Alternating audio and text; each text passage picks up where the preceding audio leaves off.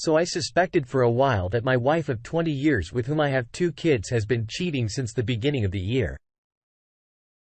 She has been very distant and disengaged.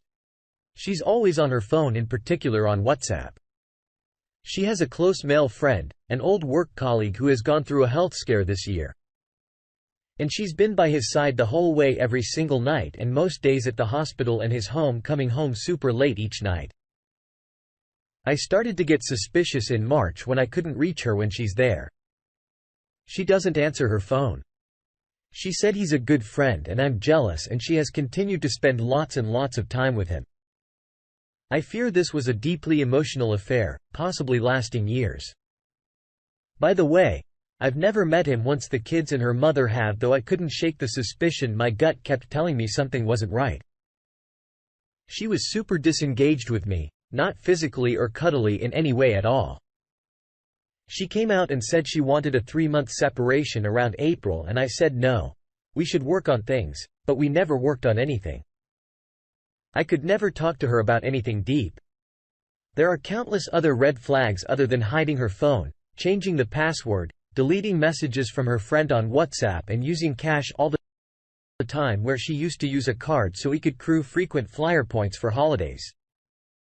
Anyway, she asked about a separation again in July and I said yes, but she didn't take action, making it seem like I should look around for a place for her. I don't think that's my responsibility. So I said that was for her to do just over a week ago. She said we should separate for good. Both 3 months, as she always feels anxious around me. My radar has been up lately and I'm constantly anxious around her. Funny. She would say that. So I know 100% she wants out. She said she doesn't love me anymore, but she wants to separate with us, still being friends, and she doesn't want the money, etc. We've been getting along okay for the last few days, probably because I've been away for work this week, and she knows that the end is near. Fast forward to today. And I was having a shower and going to grab some nail clippers. I saw a toiletries bag in the cupboard and my curiosity was piqued. So I opened it and there was a container of massage oil. No idea where it came from. My question is, what do I do? I have kids to think of. My mind is a mess in some ways. I'm relieved that my gut was right. But then I'm also disgusted that she's been with someone else. Our marriage hasn't been great for a couple of years. Lack of intimacy, but she should have left completely before starting something.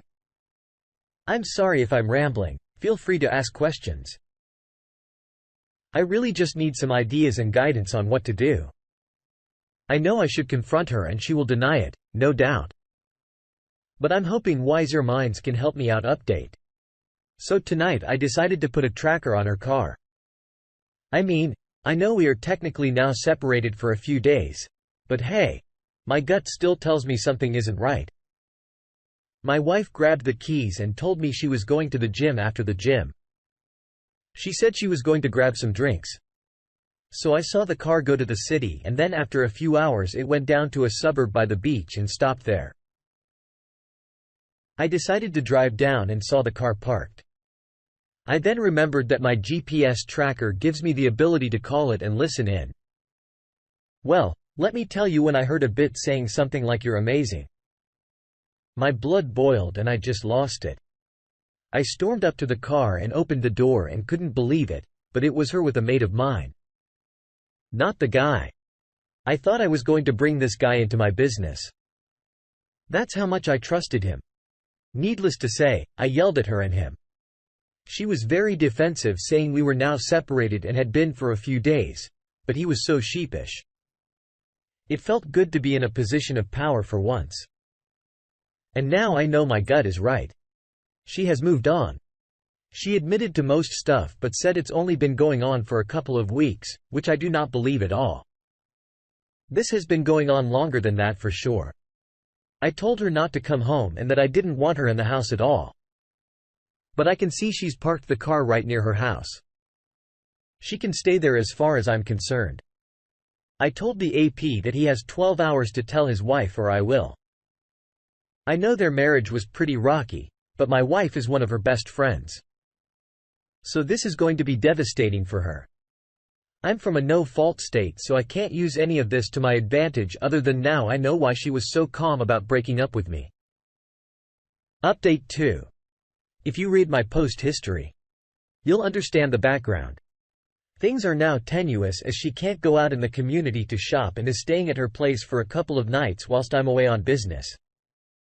She can't go to the shops for the smallest thing. I had to do grocery shopping before I left this morning. Now she wants a drink and there isn't any left, and because she can't go down to the shops to buy a bottle, I'm being blamed for forcing her AP to tell his wife for some reason. They feel that it would have been easier if it had been done in a couple of months, as they had a plan of both separating from their spouses and then having some time before announcing anything. Not that it would have done any good.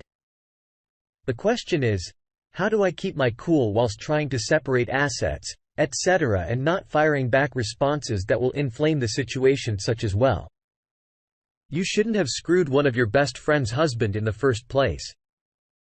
She won't take any responsibility at all for this whole debacle. She could have just left our relationship with dignity and maybe found herself for a while, but she didn't do that. I feel completely helpless in this scenario. I'm the one bending over and taking this and not giving anything back at all. We have kids involved. She is always going to be like this. I just want to be as calm as possible and create an environment where we are both caring for the kids in the long run. Final update. So I kicked out my wife a couple of weeks ago for cheating on me with her best friend's husband. See my post history for details. Anyway, she told me she wasn't borrowing her father's car anymore, so she can't help drop her son off at school, and she said she isn't living with AP yet. I drove past a mutual friend's place where she has been living and I found her father's car and his car there. I'm proceeding with divorce as quickly as I can. But it incenses me that I keep getting lied to. I'm still emotionally invested in her. How do I detach myself and get rid of this psychotic liar?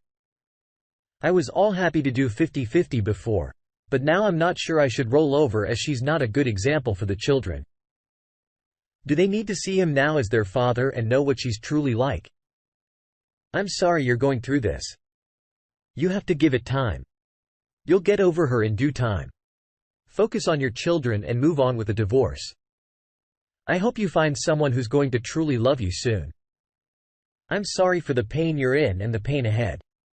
I can almost guarantee that your life will improve dramatically once you make your decision and process all of the ensuing grief.